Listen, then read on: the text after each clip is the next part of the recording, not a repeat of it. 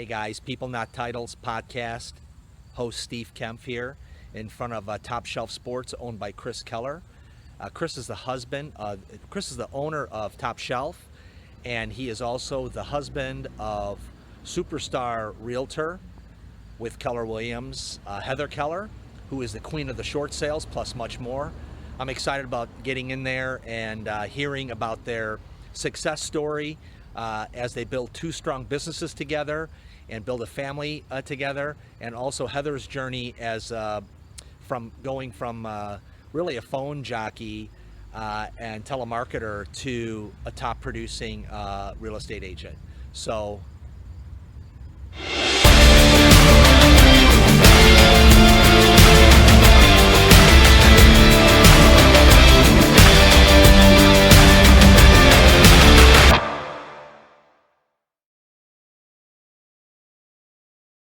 time. Okay, good. Yeah, so hello, my name is Steve Kaempf with the People Not Titles podcast. I just want to say welcome to another episode. Today we have a special couple with us. We have Heather and Chris Keller. Heather is with Keller Williams Inspire. They're opening up an office right here in Elgin, and we are sitting in Chris's Top Shelf Cards shop. Top Shelf Sports Cards in Elgin. Top Shelf Sports Cards in Elgin. And so it's an amazing place, and I'm just taking a look around. So we're going to get into some of the things that these two have been up to. And as far as Heather goes, just give you a little history of her real estate career. She started, actually started in the mortgage industry in 2006, where she met Chris, right? You guys That is both, correct. You guys both We're mortgage bankers, yeah. We're Okay. loan officers. Loan officers. And then, the market started to collapse. And then Heather picked up the real estate sword and started swinging, became one of the top 1% of all brokers in Chicagoland in 2017, right? Became Chicago Agents Who's Who in 2018 and 2020. And really they have a mission this year of helping 100 families avoid foreclosure in 2020. And Chris, you founded Top Shelf Sports, and what year was that? That was 2014, Okay, fantastic. the online portion of it. That's Yeah, great. the store's been here for about a year. All right. Yeah. Okay, awesome. And you have a radio show, you have YouTube, you have all kinds of things, right? All the social media. All right. So, well, I was amazed. So, in sitting with Heather and Carmen Carbonara, who's our director of sales at Land Trust, just hearing a little bit about your story, Heather, I thought, wow, I want to have you on the podcast. And then hearing, how you and Chris have really begun this business as well, and all the things that Chris is doing. Fascinating. I never heard of it, honestly, but a lot of people have, because there's a lot of people involved. So let's get into it. So let's talk just a little bit about what you grew up in Michigan, right? I did, yeah, Southwest Lower Michigan. So if you're a Michigan person, you always use your hand, and Yeah. this is like Lake Michigan, and here's us over here. This is Michigan. So I'm just over the Michigan-Indiana border, like Okay. Southwest Lower. All right. So. And that's where that's where your family's from and all that? Yeah, so my whole family's there. My sister still lives there with her 2 kids. My mom, actually, I moved her here in 2016. Yeah. 'Cause And she's she your works short for me. sale. Yeah. So she lives not too far from here, and that's the only family we have here. Awesome. All right. And so, okay, what brought you here in 2006? I mean, what? So, geez, I just didn't want to live in small town Michigan anymore. Okay. I wanted something, and I wasn't sure what it was.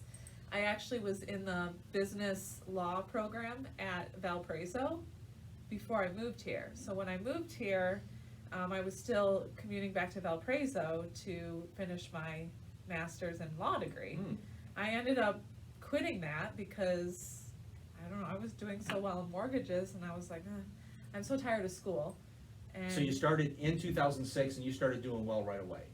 yeah, and And mortgages. did you ever sell anything before then? Yeah, I was a telemarketer, and then they promoted me to manager because I was selling so much. I don't know. I think I learned a lot from Chris over the years. I mean, I had done some sales, but he's by far 100 times I like better. sales Yeah. in general. I've always been in some fashion. And of so when sales. she showed up at that, what was the name of the company? Chicago Bank Bank Corp. Corp. Okay, so when she showed up at Chicago Bank Corp, you were Yes. already there? I was already Yeah. there, and it was a good month because I was mortgage banker of the month that month. Okay, so she's But it like was such hamming a, up but it with was, the but it was top such guy, a or how'd it small, go? yeah, but it wasn't like I closed 56 deals. I mean, it was like I closed 1 or 2 deals. Just was a weird time. Okay. So what they do is they partner you up with, when people come into the business, to train them, to mentor them, and to kind of show them the ropes of how the system works. And I chose her to help show how to do things.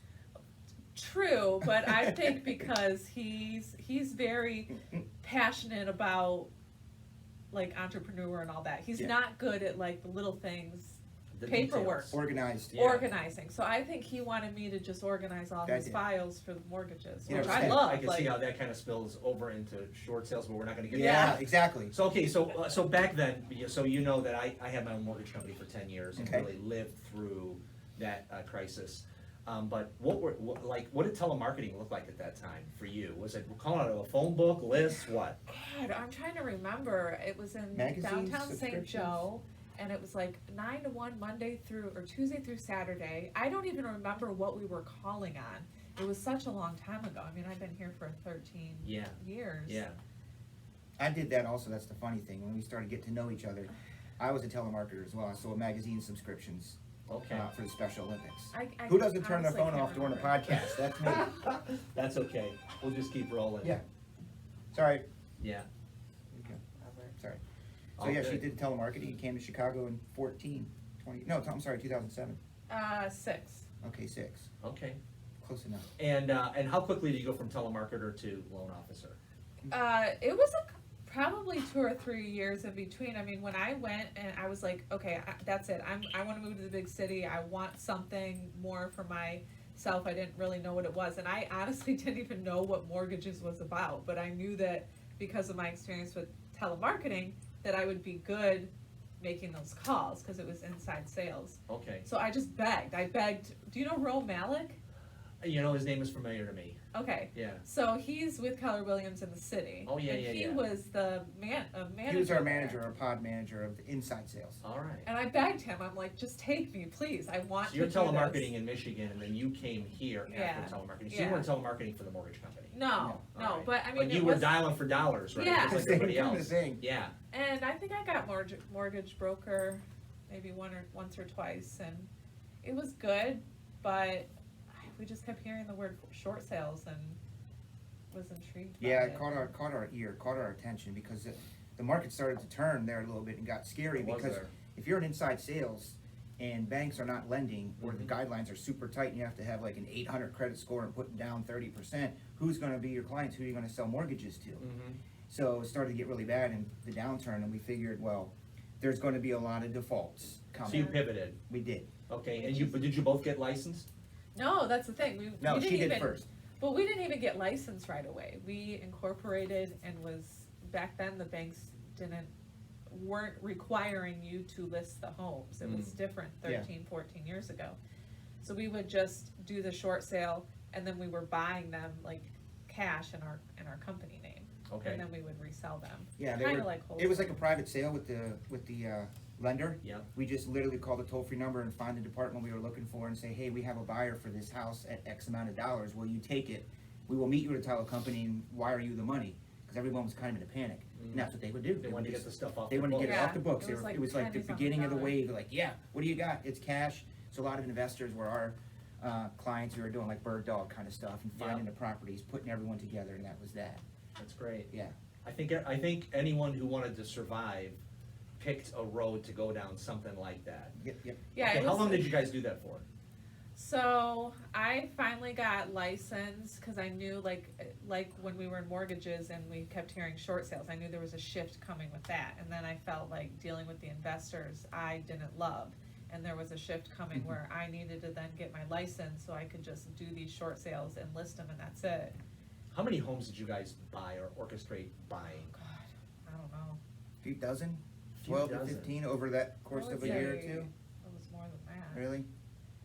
Well, I only remember a few dozen. Okay. Yeah, a few So- dozen. I guess a few dozen. It Yeah. had to have been a few dozen. And what over was the- was it a learning curve? Yeah, I mean, we didn't know anything. We taught ourselves, and in fact, on New Year's Eve this past year, we found our very first approval letter. Yeah. I might have told you this. Yeah. In one of our boxes that we keep everything. Yeah. and it was the very first approval letter on the short sale we did, and that closed in 2008. I mean, we would literally get the mortgage statement from the homeowner and start calling And numbers. how'd you find the homeowners at the time? We did a direct mail piece. Okay, direct mail.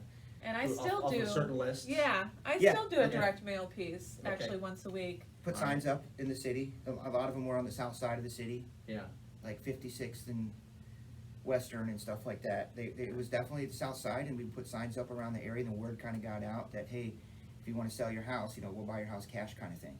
okay. So that's what we did. And how quickly would you guys turn around those deals? Back then, I mean, They would stretch out for months and months yeah, and very long months time, and because the long banks time. didn't know how to handle all the short sales that were coming in. I think that first deal took us, God, was it a year? It was close to a year. I- Were you guys married at the time? No. Oh, you guys were just working business partners, but in a relationship? Oh, yeah. Yeah, okay. Yeah. All right. We met at the bank, so that was kind of like, Yeah, try to keep it secret, yeah. but For us, I think we knew pretty instantly that we were gonna eventually have a life together, Mm-hmm. and we wanted to have the best of both worlds. So when we had children, which we do now, we can be at home for them Yeah. Mm-hmm. and still do this thing, because we have our own schedule, especially now because we don't know what's going on with the schools, so Mhm, we can mhm. both be there for them. So you guys were kind of thinking together of, hey, how do we build Yeah, a life the together? How do future. we think outside the box? How do Yeah. we avoid a JOB? we had a lot of conversations about that, but it was, after a while, we didn't have to have conversations, because she knew I am not a corporate America kind of guy. Like, that's Yeah. the worst for me. Some people enjoy the structure, some people enjoy the 9 to 5, Yeah. they enjoy having multiple bosses, you know, Yeah, that you have to yeah. meet with this boss, that boss. That's not for me. I did it at the bank because I had to. Yeah. Because I was in the radio industry and music industry, and that all fell apart. I mean, that's a whole other podcast. But We'll have to book that it. was my 25-year career, was in the music industry. Okay. But that You've had your share of bosses. that You're yes. like, okay, had very my, big been there, scary done ones that. in New York City and LA, and they come Okay. here to see, and I just didn't like it. I had a great Yeah. time, but that industry crashed, and that's when I got into mortgages, because someone told me I think they would be good. I would do good at selling, you know, on the And phone. are you a local person here from your Chris? No, I moved here with Sony Music, and Epic Records moved me here in 2001. Okay, so that's So, the first experience with and- Chicago. and that was it. And so 2001 to 2003 or 4 is when the whole music industry took a major crash and turn because of the technology and Yep, downloading. digital music. Yeah, we just weren't selling physical CDs like you used to. And so someone I knew said, hey, I have a friend who's selling refinances at guaranteed rate. That's where I started at. And Victor had just started guaranteed rate back then, and I worked inside sales at G-Rate, selling refis to Phoenix, Florida, Yep, California. wow, And then I left G-Rate and went to Chicago Bancorp. okay. And that's, And that was Right, I really had the only corporate job I had Yeah. as well, otherwise it really wasn't for me But, either. yeah. I don't like listening to other people tell me what to do.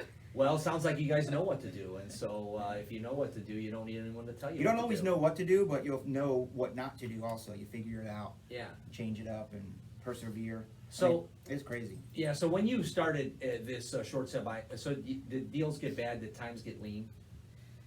Oh yeah, I mean, people, you know, I like doing these kinds of things because I want people to see like, okay, well, they can do it, we can, because we started with nothing. Yeah. Like nothing was handed to us. Yeah.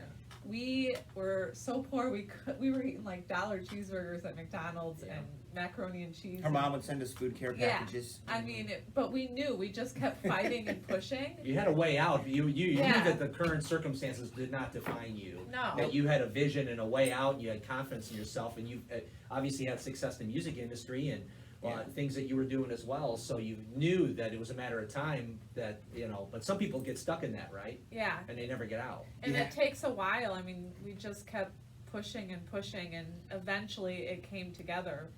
And it takes a long time when you're building a business to have it all together. And there's still things that I want to do and learn, Yeah. but it's much easier now than what it was.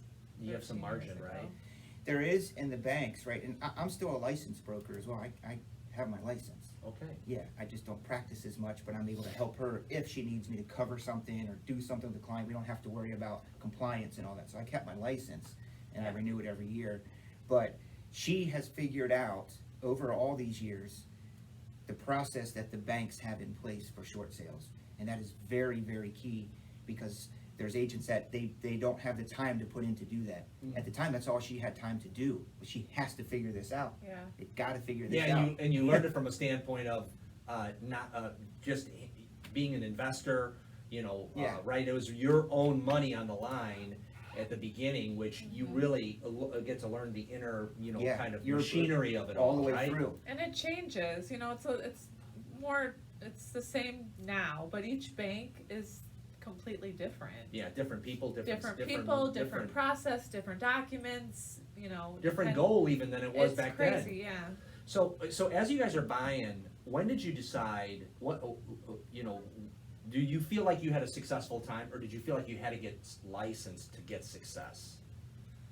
That was her call. She was right. She said she needed to get licensed. It was just something, I don't know, there was something I felt that like, okay, these banks are, maybe it was the banks then saying, no, you're gonna have to list these. That might have been it. Okay. It was such a long time ago, I don't remember.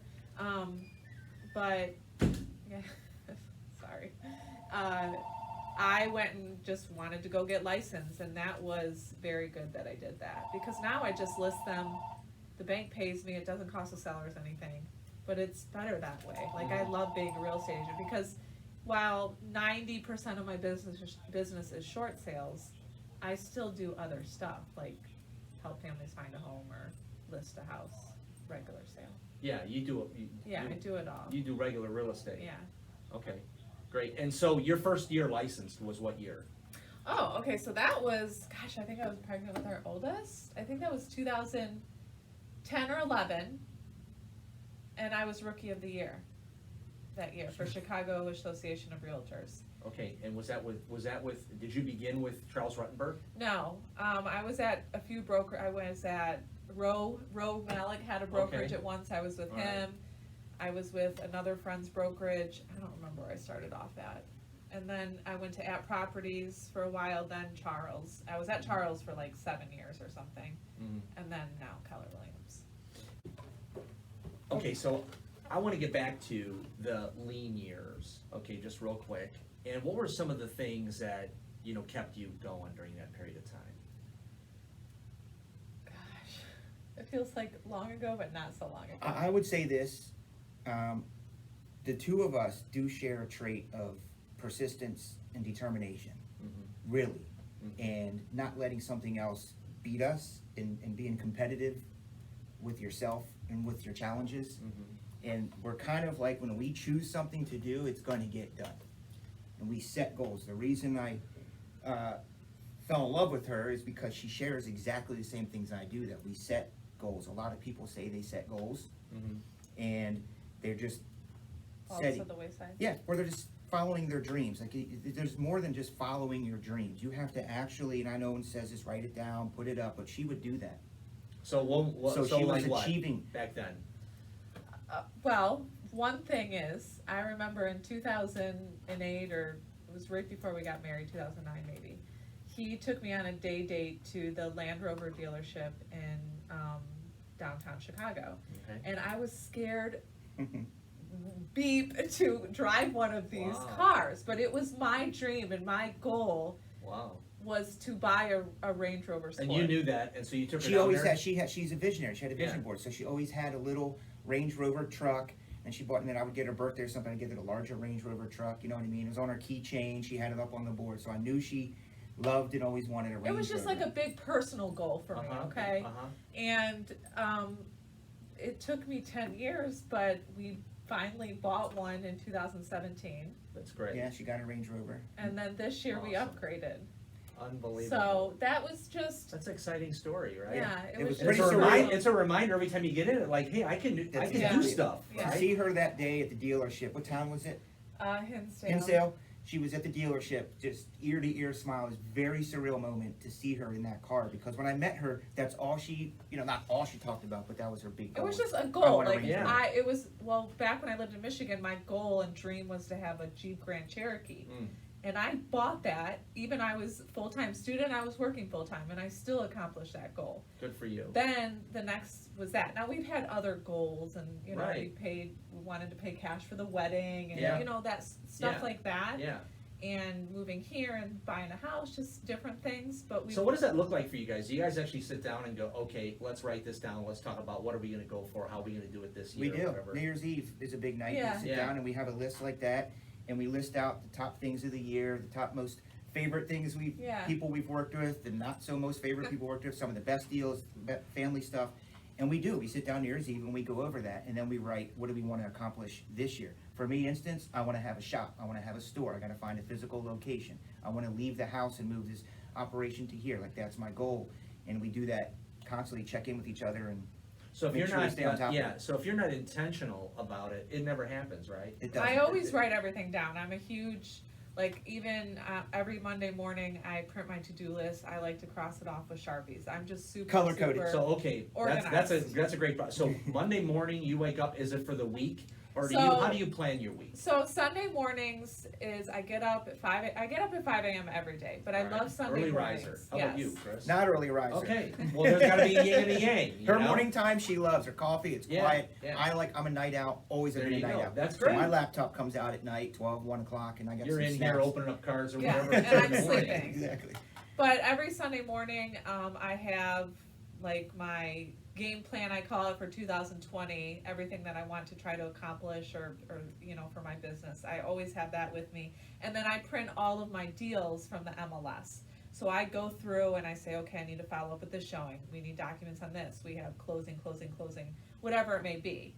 And so I go through every single deal because while my mom does a ton of keeping track of all that, I want to know what is going on with everything. So I do all of that Sunday morning, so I'm fresh and good. Then the to-do list gets prepared from that, and then I print that on Monday morning. It's a sight to behold. She should show it to you when she's done. Her to-do list. They're color coordinated. Do you have it here? It's Yeah. incredible. Okay, let's see it. And it's a testament. Me, like, the personality's part of it too. My personality in my brain, I'm thinking, I don't want to take the time to do that. So this Because is I feel like like I could be doing something personal else. and business. That's her. This is your to-do list for this week? Yeah. This 3 pages. It's small print too. Oh, Color coded. But the satisfaction I get of so right now I'm using blue and pink because it's kind of summer colors. But when it gets close to There you are. Halloween, I'll do podcasts with Steve. Wow. Use my Kohl's cash so I don't forget. Or I That's go great. running. So this is what, if I don't have this, I'm lost. So you got big and small stuff. You got personal goals, health goals, Yeah, goal so running, I whatever. have a goal, and I don't have a picture of it, but in my office at home, I have this board, and it says goals, and there's personal and business goals. Like one of my business goals is to close between 13 and 15 million this year. I will And how we doing? I will hit the 13 million at the end of September. Boom. So That's awesome. yeah, and then like some personal ones, I run a lot of races. They're all virtual right now.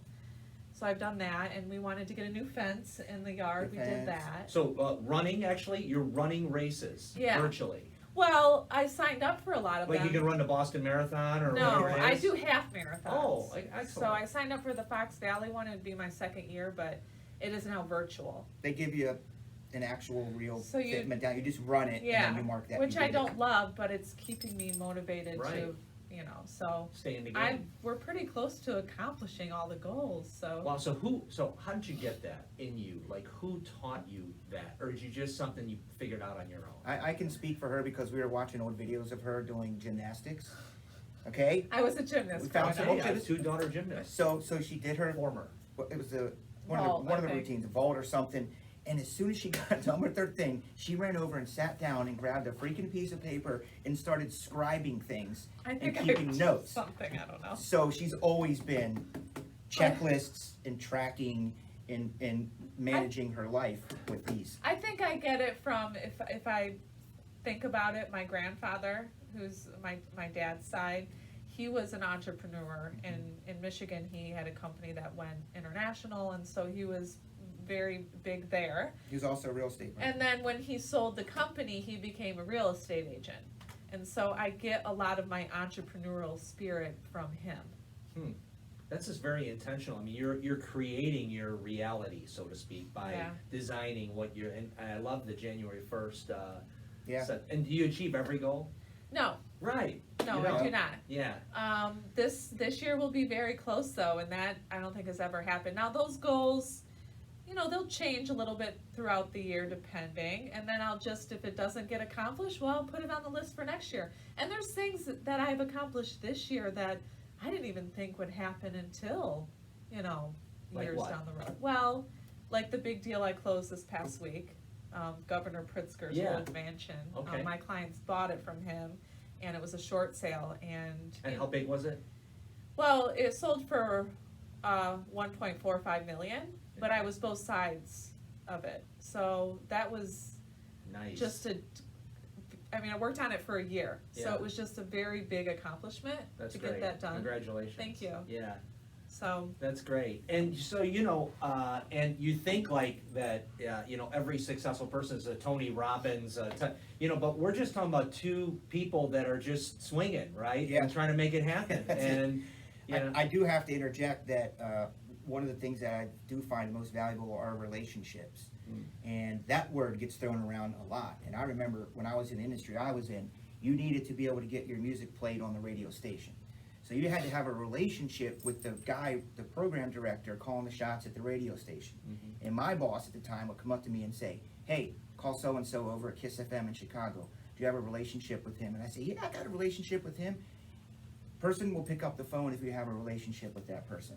So over the years, we've worked on building sincere, genuine relationships with people.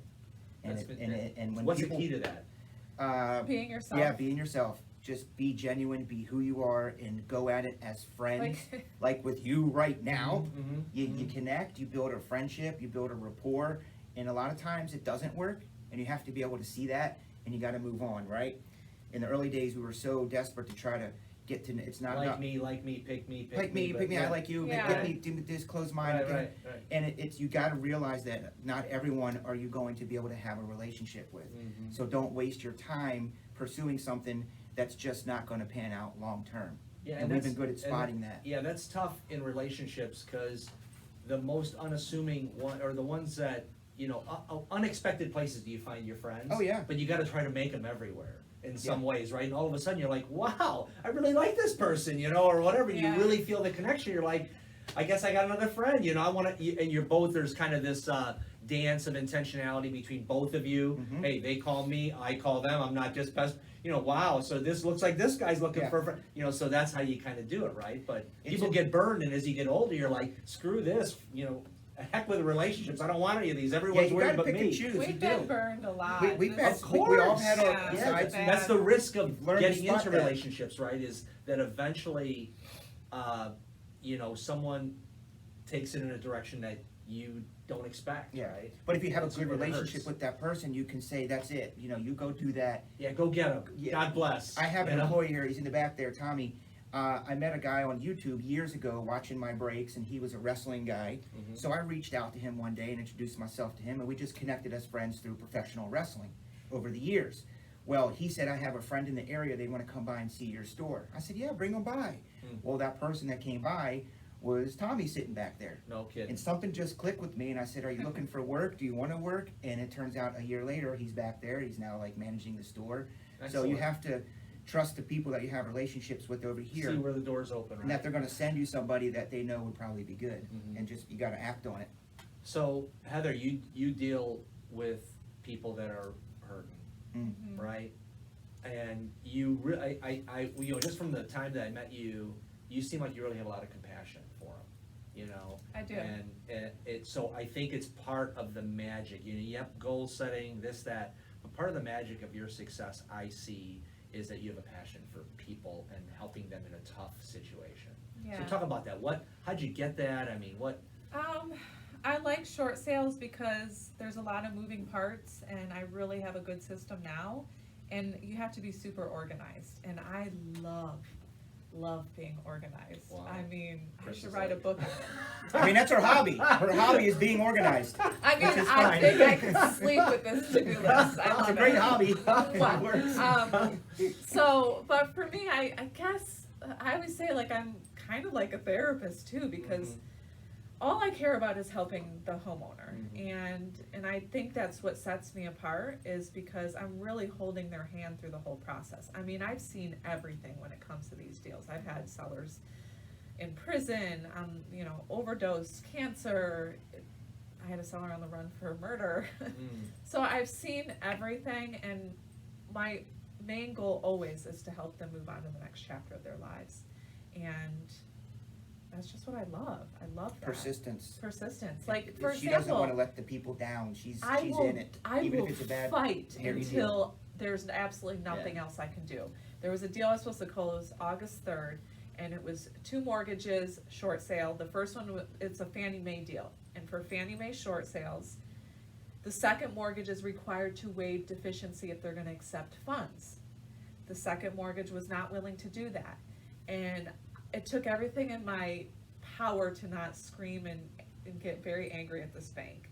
We finally, after a lot of figuring things out, and that's where I think a lot of agents probably lack. Like, I've had so many years of experience with navigating through People these would have short given sales. up Oh, yeah. halfway through the Oh, process. I and said, got it yeah. to work. It's closing on Long time. Wednesday. Right. That's news to me, because I know she's been working on that. And he told me, just forget about it. It's too much Yeah, stress. it's a lot. I can't forget She about doesn't. it. I can't call those homeowners and say, hey, your only option now is to go to foreclosure. I wouldn't be able to sleep at night. Yeah. Or like the deal I closed last week, the old Governor House. The only reason why that deal closed is because COVID happened. And that's that Another could be a whole story. other podcast. Yeah. But that's the only reason, because the bank wasn't willing to postpone the auction that was on file. So I kept thinking, how am I gonna get that auction postponed? And I knew that with COVID around, that banks were giving forbearances. So I request the bank to give my sellers a forbearance. I was like, I wanna try this. They gave it to them, it canceled the date. What a I great flipped it. feeling. I flipped it then, Oh. and it just, and I remember the attorneys, they didn't think that I could get it done. Yeah. You know, some crazy person just trying to do this, blah, blah. Right. And they were so thankful at the end. They're like, wow, any business I get, it's going to you. Good for Because you. it's so much work. Like, Yeah. people would have given up on that a long time ago. And a lot of times, whatever got people into trouble, sometimes it's a calamity, but sometimes it's just life patterns that have them blaming everyone. And I bet that half the time that people are closing, they're still blaming you for something, or there's a hostile environment, but you have to kind of fight through it, right? So I'm pretty good at knowing at the beginning if this is gonna be Okay, so you a don't take those client. deals. I will not Yeah, take those yeah. deals. I will say no now. Finally, it took forever for her to realize that. I So say you can't- no. It's tough to help. You It's gotta- like trying to help someone when they're drowning, Yeah. right? They're dragging you down every time you're trying to help them. I It's like- say yeah, it's no frustrating. because Yeah. if I can't, if someone isn't wanting the help, or Yeah. they're in denial, and you can't really help those people unless they really want it. Mhm. And another reason is these deals are very stressful as it is, and I don't need any more stress, because then it trickles down to the family, and Yeah. I don't want that You to don't happen. want to bleed in. Yeah. So, Heather, I know that you're helping, obviously homeowners and people losing their home, but you can also help bankruptcy attorneys, right? Yeah, so I work with several bankruptcy attorneys in the Chicagoland area, and Okay. that's where relationships come in. I have a very good relationship with them. I know that they're not gonna use anyone else. Yeah. And what's the benefit to them? Why should they involve you? So, the bankruptcy attorneys are helping people that are in financial distress, and a lot of times they have a house. So if they have a house, include it in bankruptcy, and then do the short sale. And so I partner with the bankruptcy attorneys. They file for bankruptcy, and then we start the short sale simultaneously. Otherwise, that winds up on the bankruptcy's attorney's lap, or goes to some agent doesn't know what they're doing, and it gets all Exactly, and messed why up. not? It's, the bankruptcy, my team handles everything. Yeah. So, for example, Cutler and Associates, Stuart Swanson and Mhm. David Cutler. Mhm. I've been working with them for years, and Mhm. I love them. They're just like me, say it how it is, like, let's just get it done. And I love working with them. They have a great team, and we have a very good relationship. Mhm. And they will file the bankruptcy, and then we start the short sale. It's more complicated than just, hey, let's file bankruptcy and do the short sale, but Mhm. that's Yeah. another podcast too. Yeah. And by the way, and you have a radio show here in Elgin, right? Yeah, Real Talk, at WRMN in downtown And we'll put it in Elgin. our in the notes too. Yeah, so that's every other Tuesday, so like tomorrow night, Chris has his, he has one too there. Right. And so I'm on every other Tuesday. Okay.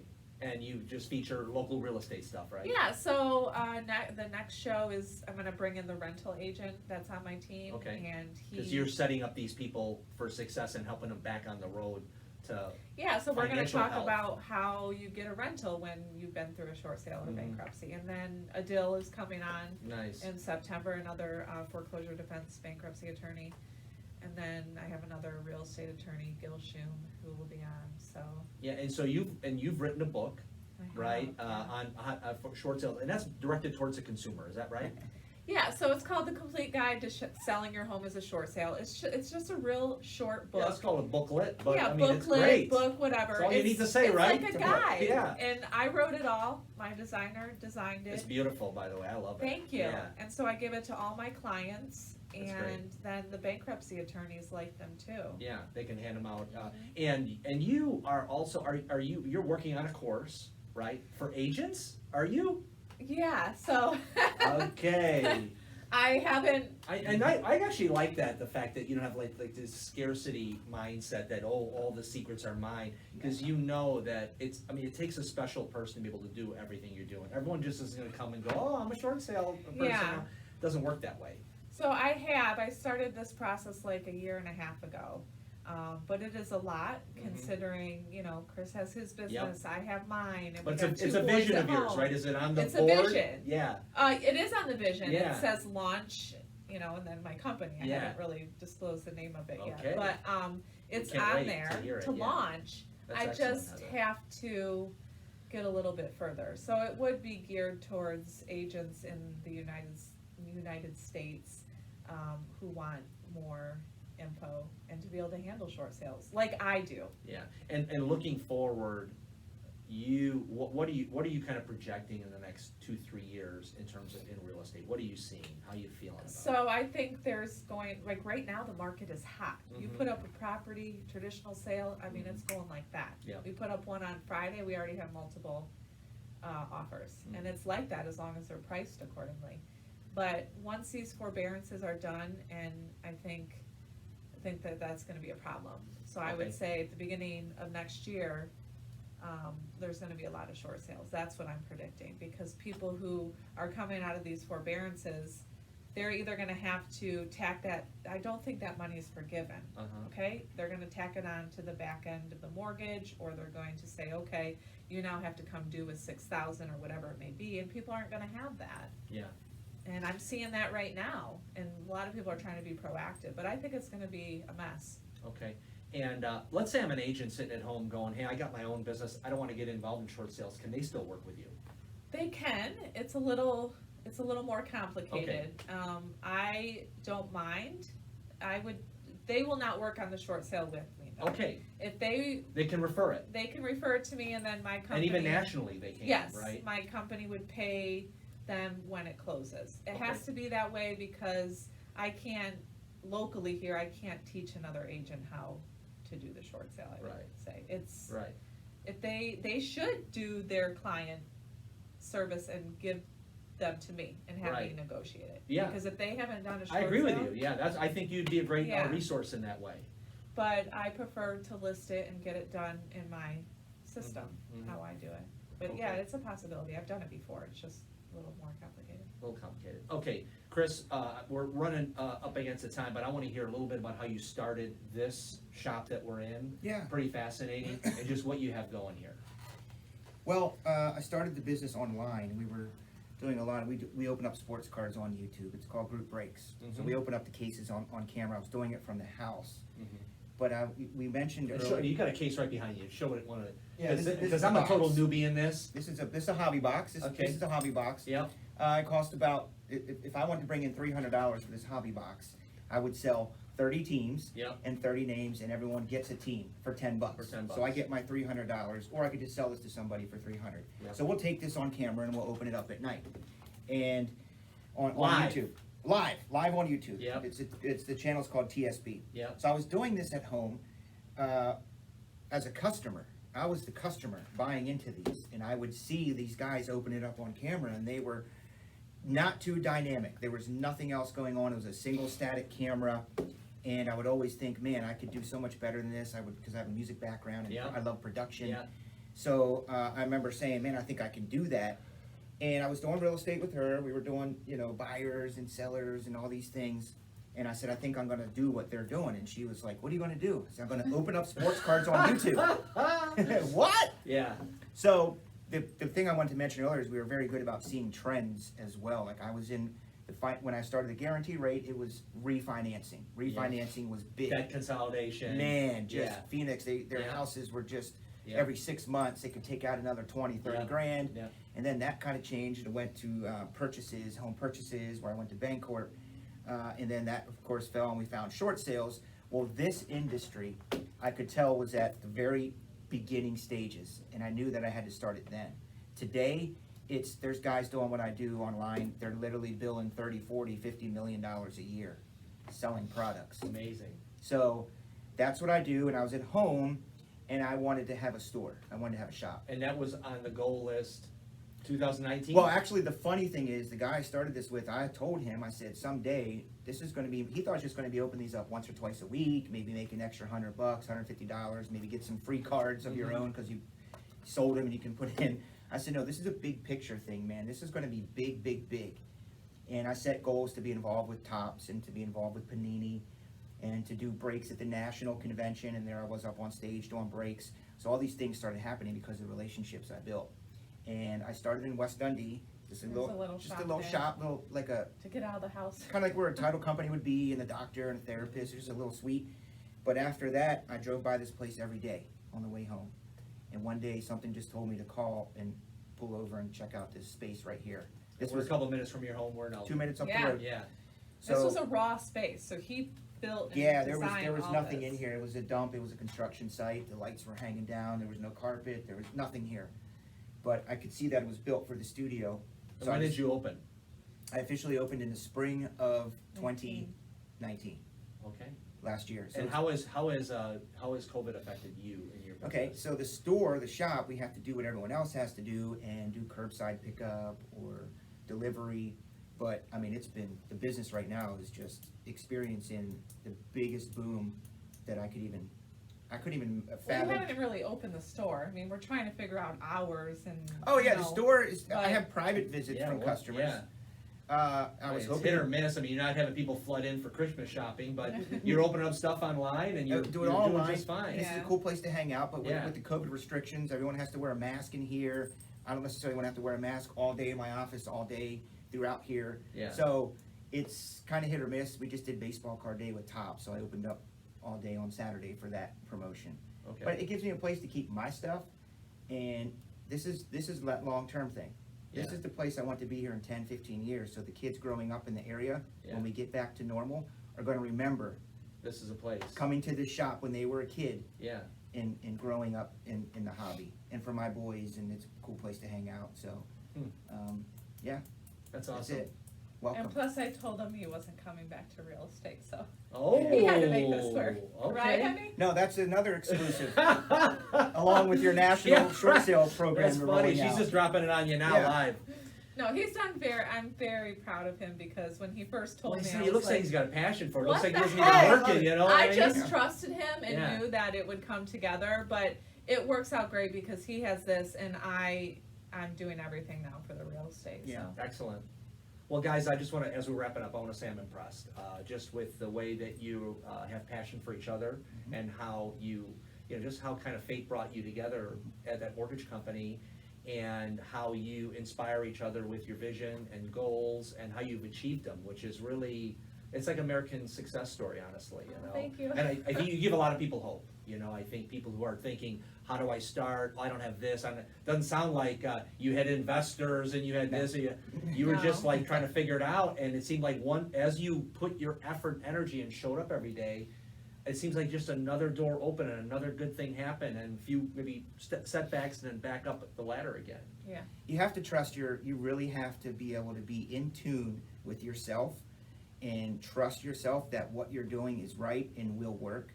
And I think a lot of people may abandon that because it's not working right away. Or they ask others, like, Yeah. What do you think? what Yeah. do you think? Everyone And else like that's everyone losing. thought we were crazy for leaving our jobs and Yeah. starting short sales. That makes but- me drive even more. That's Yeah. like, I think we're doing the right thing. That takes a lot of courage, especially in Takes the a lot. face of all. And then everyone, once you made it, like, oh, we knew you had it in you. Yeah, I It's know, like, right? Yeah, exactly. That's correct. Well, that's great. Well, hey guys, thanks a lot for the time. Thank you. Thank you for having us. Yeah, you're welcome, and good luck to you. Thank you.